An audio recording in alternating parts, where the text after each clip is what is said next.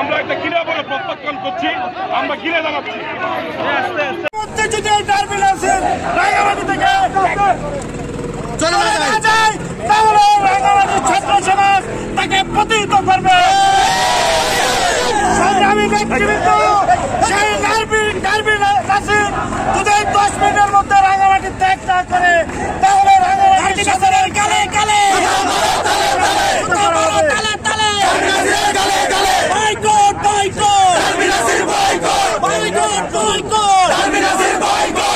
জুলাই করিস না, জুলাই কারো বাপের না, জুলাই করিস না,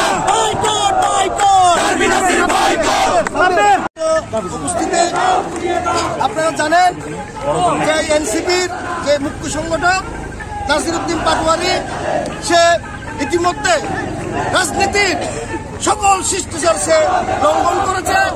সে একজন প্রবীণ রাজনীতিবিদ এবং ঢাকা বিশ্ববিদ্যালয়ের মেধাবী ছাত্র, বিএনপি রাষ্ট্রীয় কমিটির অন্যতম সদস্য সালাউদ্দিন আহমেদকে নিয়ে যেই কটূক্তি করেছে আমরা মনে করি সেটি একটি রাজনৈতিক শিষ্টাচার বহির্ভূত এবং আচরণে রাঙ্গামাটির ছাত্র সমাজ আজকে ক্ষুব্ধ হয়েছে। আমরা বলতে চাই রাষ্ট্রীয় সহযোগিতায়, রাষ্ট্রীয় মদতে যে 100-150 জনের প্রোগ্রাম হচ্ছে সেটা প্রতিহত করার জন্য আমাদের এই ওয়ার্ডের ছাত্র দলের নেতৃবৃন্দরাই যথেষ্ট।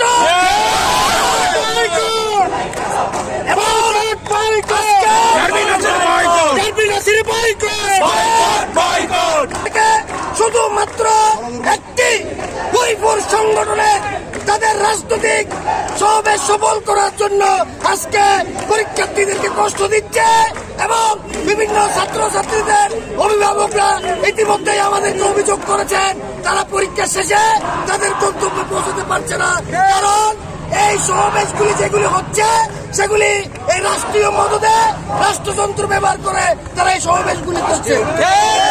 আমরা বলতে চাই এই ডারবি নাসিরকে বলতে চাই অনতিবিলম্বে যে বক্তব্য রেখেছে তার জন্য জাতির কাছে তাকে ক্ষমা চাইতে হবে, না হলে রাঙ্গামাটির ছাত্র সমাজ তাকে রাঙ্গামাটি থেকে প্রতিহত করে বিতাড়িত করবে। আমরা সর্বোচ্চ 10 মিনিটের সময় দিয়ে গেলাম, এর মধ্যে যদি সে না যায় তাহলে এখানকার রাঙ্গামাটির ছাত্র সমাজকে নিয়ে আমরা তাদেরকে প্রতিহত করব। সম্মানিত উপস্থিতি, আপনারা জানেন যে এনসিপির যে মুখ্য সংগঠক নাসিরউদ্দিন পাটোয়ারি সে ইতিমধ্যে রাজনীতির সকল শিষ্টাচার সে লঙ্ঘন করেছে। সে একজন